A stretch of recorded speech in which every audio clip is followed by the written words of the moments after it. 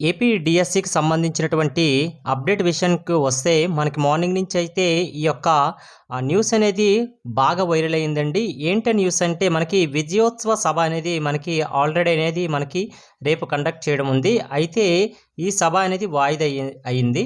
అయితే కారణం చూసుకున్నట్లయితే భారీ వర్షాల కారణంగానే ఈ వాయిదా వేశామంటున్న విద్యాశాఖ ఆఫీసర్స్ అండి. కన్వీనర్ గారు కూడా ఇదే ఇన్ఫర్మేషన్ అనేది సెండ్ చేయడం జరిగింది. నిజంగా ఇదే కారణమా? ఓకే. అయితే మరొక కొత్త తేదీనైతే కొద్ది రోజుల్లో ప్రకటిస్తామని చెప్పడం జరిగింది. అయితే ఈ యొక్క వాయిదా అనేది నిజంగానే వర్షం కారణంగానే వాయిదా వేశారా? లేకపోతే ఆల్రెడీ హైకోర్టులో ఒక పిటిషన్ అనేది ఉన్నది. అందరికీ తెలిసిన విషయమే. ఎస్జిటిఎస్ఏ పైన అయితే ఒక 10 మంది అభ్యర్థులైతే కర్నూలు డిస్ట్రిక్ట్ నుంచి అయితే వేయడం జరిగింది. దీనికి సంబంధించిన మధ్యంతర ఉత్తర్వులు కూడా జారీ చేసింది హైకోర్టు. అయితే నిన్నను రీసెంట్‌గా అలాగే మార్నింగ్ ఈరోజు కూడా మన సాక్షి న్యూస్ పేపర్‌లో అయితే ఒక ఆర్టికల్ అనేది బాగా స్ప్రెడ్ అయ్యిందండి. అదేంటంటే హైకోర్టు యొక్క పిటిషన్‌ని కూడా లెక్క చేయకుండా విజయోత్సవ సభ జరుగుతుందనేసిని ఈ యొక్క న్యూస్ ఆర్టికల్ సాక్షి పేపర్‌లో రిలీజ్ అవ్వడం జరిగింది. దీనికి సంబంధించిన మార్నింగ్ ఒక వీడియో కూడా చేశాను. అయితే రీజన్ కరెక్ట్‌గా వర్షమే కారణమా? లేకపోతే ఏదైనా ఈ యొక్క కోర్ట్‌కి వాళ్ళు ఇచ్చిన ఇన్ఫర్మేషన్ ఏంటంటే మరొక 6 వారాల్లో అయితే ఈ యొక్క దీని గురించి అయితే స్పష్టత గవర్నమెంట్ నుంచి రావాల్సి ఉందని చెప్పారు. అయితే హైకోర్టు వేసిన ఉత్తర్వుల్ని పట్టించుకోకుండా కూడా విజయోత్సవ సభ జరుగుతుంది అనే విషయం అయితే మార్నింగ్ చెప్పడం జరిగింది. అయితే ఇదొక రీజన్ అయ్యి ఉంటుందా అనేసి అభ్యర్థులు ప్రతి ఒక్కరు కూడా ఆలోచిస్తున్నారండి. అయితే దీనికి సంబంధించినటువంటి వాళ్ళు వాయిదా అనేది కేవలం వర్షం కారణంగానే ఆపాము. అలాగే నెక్స్ట్ విజయోత్సవ సభ అనేది కొత్త తేదీని ప్రకటిస్తాము కొద్ది రోజులను కూడా చెప్పడం జరిగింది. అయితే ఏమవుతుందో మనం చూడాలి. అయితే క్లారిటీగా అయితే వాళ్ళు చెప్పలేదు.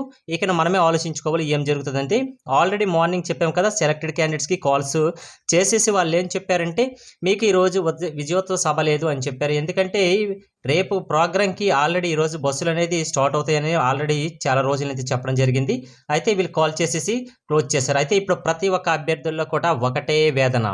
ఒకటి, ఎందుకు కోర్టుల కేసు వచ్చిన విషయం అందరికీ తెలిసిందే. పోస్ట్ ప్రిఫరెన్స్ అనేది మెరిట్ ప్రకారంగా ఇవ్వండి అనేసి మనకి హైకోర్టు అయితే గవర్నమెంట్కి చెప్పడం జరిగింది. గవర్నమెంట్ అలా కాకుండా మేము నోటిఫికేషన్లో క్లియర్గా మెన్షన్ చేశాము, the first preference is cannot be change అనేసి.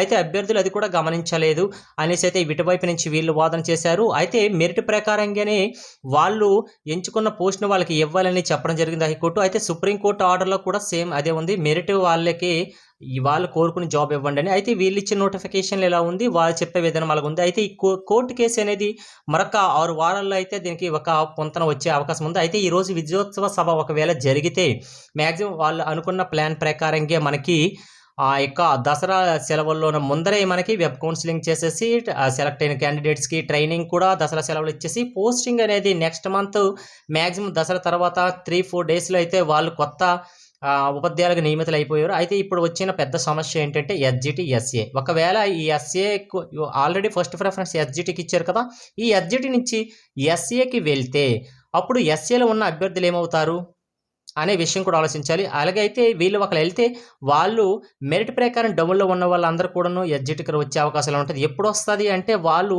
2 పోస్టులు సెలెక్ట్ అయితే వాళ్ళకి వస్తుంది. అయితే ఈ యొక్క క్లమ్జీనెస్ మొత్తం కూడా క్లియర్ అవ్వాలంటే మాత్రం మళ్ళీ ఫస్ట్ నుంచి లిస్ట్ ప్రిపేర్ వాళ్ళందరూ చేయాలంటే చాలా టైం పడుతుంది. అయితే మేబీ ఇది కూడా ఒక రీజన్ అవ్వచ్చు. అయితే దీని గురించి అయితే క్లారిటీగా అయితే ఎక్కడ మెన్షన్ చేయలేదు. ఓకే, మనకి రేపు క్లారిటీ అనేది కొన్ని న్యూస్ ఛానల్ అయితే మనకు చెప్తాయి. అది క్లారిటీగా మనం రేపైతే మార్నింగ్ ఒకటి వీడియో రిలీజ్ చేస్తాను. ఓకే, ఆల్రెడీ చెప్పాను కదా, వర్షం కారణంగా నిజంగా వాయిదా పడిందా అంటే అభ్యర్థులు ఎవరు కూడా నమ్మట్లేదండి. ఈ వర్షం అయితే రీజన్ కాదనేసి. అయితే లేకపోతే హైకోర్టు ఉత్తర్వులు ఇచ్చింది కదా, దీన్ని ఫాలో అవుతుందా గవర్నమెంట్ అనేది దీనిపై క్లారిటీ అయితే లేదండి. కానీ ప్రతి ఒక్క అభ్యర్థులు కూడాను క్లారిటీ అయితే ఇది అనుకుంటున్నారు. ఎస్జిటి, ఎస్సీకి సంబంధించిన పోస్ట్ ప్రిఫరెన్స్ ఆర్డర్ చేంజ్ చేయాలన్నారు కాబట్టి అదే అనుకుంటారు. అయితే ఈ యొక్క కోర్టు కేసు అప్డేట్ విషయాన్ని చూసుకుంటే మెయిన్ అయితే మనకి పోస్ట్ ప్రిఫరెన్స్ ఆర్డర్స్ అనేది చేంజ్ చేసుకునే కెపాసిటీ కావాలంటున్నారు. ఎస్జిటి, ఎస్సీకి సంబంధించింది. ఎస్జిటిలో ఉన్న అభ్యర్థులు ఎస్ఏ కూడా సెలెక్ట్ అయ్యారు కాబట్టి దీనికి ఫస్ట్ ప్రిఫరెన్స్ ఇచ్చుకుంటామని చెప్తున్నారు. ఎస్జిటికి సెకండ్ ప్రిఫరెన్స్ ఇస్తారు. అలాంటప్పుడు ఎస్ఏకి వీళ్ళకి సెలెక్ట్ అయ్యేటప్పుడు ఈ ఎస్ఏలో ప్రజెంట్ ఫిల్ అయిన అభ్యర్థుల పరిస్థితి ఏంటి, అదొక క్వశ్చన్ మార్కు. నెక్స్ట్ ఎస్జిటి నుంచి ఎస్ఏకి వెళ్ళిపోతే ఇక్కడ వేకెన్సీ ఏర్పడుతుంది. అంటే మ్యాక్సిమం మనకి 406 వేకెన్సీ మిగిలాయి కదా! ఏమైనా వీళ్ళలో కొంతమందిని దీనికి వచ్చే ఛాన్సెస్ ఉంటది. అంటే ఇక్కడ మెయిన్ అంటే టోటల్‌గా ప్రాసెస్ మొత్తం చేంజ్ అయిపోతుంది. అయితే ఏమని నిర్ణయం వస్తదో చూడాలి. నెక్స్ట్ కన్వీనర్ గారు దీనికి సంబంధించిన ఏదైనా ప్రాపర్‌గా మనకి ప్రెస్ నోట్ రిలీజ్ చేసినంత వరకు కూడా మనకు క్లారిటీ రాదండి. ఓకే. నెక్స్ట్ విషయానికొస్తే ఒక పీడబ్ల్యూడీ క్యాండిడేట్స్ అండి. ఆల్రెడీ వీళ్ళకి డాక్యుమెంట్ వెరిఫికేషన్ అయిపోయింది. సెలక్షన్ లిస్ట్‌లో వీళ్ళ నేమ్స్ వచ్చేసాయి. కానీ కొందరు అభ్యర్థులు వాళ్ళు నిజంగా వాళ్ళు హ్యాండిక్యాప్డ్ కాకపోయినా వాళ్ళకి ఎలా సెలెక్ట్ చేసేసి ఎలాగ మీరు పోస్టింగ్ ఇచ్చేసారని అయితే మిగతా అభ్యర్థులు దీన్ని అప్పీల్ చేశారు. అయితే అప్పీల్ చేస్తే వాళ్ళపైన మళ్ళీ రీవెరిఫికేషన్ చేశారండి ఫిజికల్లీ హ్యాండిక్యాప్డ్. నిజంగానే అభ్యర్థులు చెప్పిన మాటలనేవి నిజంగా ఉంది. ఆ అభ్యర్థులకైతే మళ్ళీ ఫిజికల్ హ్యాండిక్యాప్డ్ పర్సెంట్ తక్కువగానే ఉంది. ఇటువంటి అభ్యర్థులు చాలామంది ఉన్నారండి. ప్రతి డిస్ట్రిక్ట్‌లో ఉన్నారండి. ప్రతి డిస్ట్రిక్ట్‌లో కూడాను ఏమి గాని కోర్టు కేసును ఫాలో అయితే ఇప్పుడు మీకు అన్యాయం జరిగేటప్పుడు మీ ముందు అభ్యర్థి అనేది వాళ్ళ కేటగిరీ కాకపోయినా తనకి ఫిజికల్ హ్యాండిక్యాప్డ్ కాకపోయినా పర్సెంటేజ్ ఇస్తే మీరు కూడా కంప్లీట్ చేయొచ్చు. వాళ్ళపైన వెరిఫికేషన్ కూడా జరుగుతుంది. ఓకే. మీరు ఏది తప్పుడుగా చెప్పట్లేదు కదా వాళ్ళ మీద. వాళ్ళు నిజంగా హ్యాండిక్యాప్డ్ అయితే నిజంగా హ్యాండిక్యాప్డ్ పర్సన్స్‌కి నిజంగా న్యాయం జరగాలి. నిజంగా ఒక కేటగిరీలో ఉన్న వ్యక్తికి అయితే మెరిట్‌లో ఉంటే ఆ అభ్యర్థికి న్యాయం జరగాలి. అంతే తప్ప నీ కేటగిరీతో నీ పోస్ట్‌లకు కూడా ఇంకొక అభ్యర్థి వచ్చేసి పోస్ట్ తీసుకుంటే నువ్వెందుకు ఊరుకుంటావు? ఎప్పుడు నీకు క్లారిటీ రావాలంటే బాగా ఇన్వెస్టిగేషన్ చేసుకోవాలి. అన్నీ కూడా ప్రూఫ్స్ కరెక్ట్‌గా నువ్వు గ్యాదర్ చేసుకొని అప్పుడు కంప్లెయింట్‌కి వెళ్తే నీ కంప్లెయింట్‌కి వాల్యూ ఉంటది. కాబట్టి మీకంటే ముందుల ఎవరికైనా మీకు అన్యాయం జరిగేసి అన్యాయంగా ఎవరైనా పోస్ట్ సంపాదించారని మీకు క్లారిటీ వస్తే మాత్రం కంపల్సరీగా అయితే మీరు కేస్ ఫైల్ చేయండి. No problem. ఎందుకంటే పాజిటివ్‌గానే తీసుకుంటది. ఏది కూడా అంత వేగంగా కాదండి. ఈ ప్రాసెస్ అయితే చాలా స్లో అవుతుంది కాబట్టి ప్రతి ఒక్కరు కూడా చూడండి.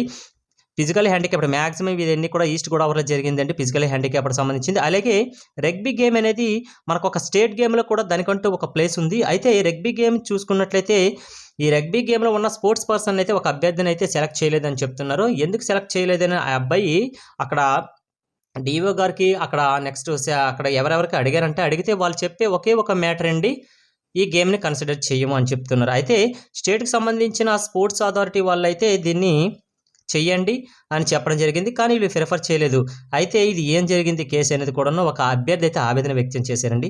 ఇలా ఒక దగ్గరే కాదండి చాలా కేటగిరీస్‌లో అయితే చాలా మందికైతే అన్యాయం జరిగింది. కాబట్టి మీకు నిజంగా అన్యాయం జరిగినట్టుగా అయితే మీరు ఒక పాజిటివ్‌గా మీరు మాట్లాడండి. మీకు న్యాయం జరిగే అవకాశాలు కూడా పాజిటివ్‌గా మాత్రమే. మనం ఓవర్‌గా యాంగ్జైటీ అయిపోయి ఏదైనా మాట్లాడుకుంటే అది చాలా వేరేలాగా వెళ్ళిపోతది. కాబట్టి సార్ ఇలా జరిగింది మాకు అన్యాయం అనేసి మీరు కూల్‌గా అడగండి. ఓకే. Thanks for watching.